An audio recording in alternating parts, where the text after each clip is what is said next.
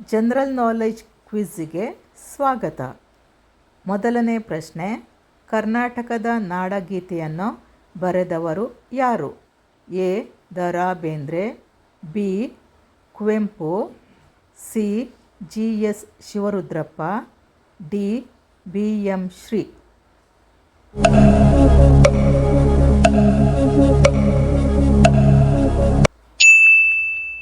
ಸರಿಯಾದ ಉತ್ತರ ಬಿ. ಕುವೆಂಪು. ಎರಡನೆಯ ಪ್ರಶ್ನೆ,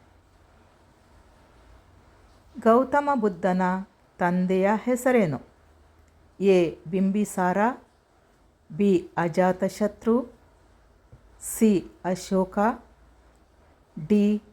ಶುದ್ಧೋಧನ.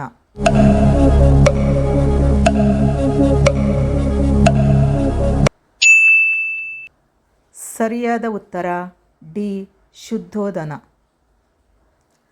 ಮೂರನೇ ಪ್ರಶ್ನೆ, ಬ್ರಹ್ಮ ಸಮಾಜವನ್ನು ಸ್ಥಾಪಿಸಿದವರು ಯಾರು? A. Rajaram Mohan Roy, B. Swami Vivekananda, C.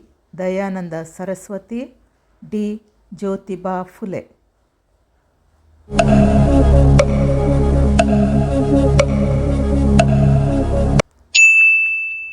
ಸರಿಯಾದ ಉತ್ತರ ಎ. ರಾಜಾರಾಮ್ ಮೋಹನ್ ರಾಯ್.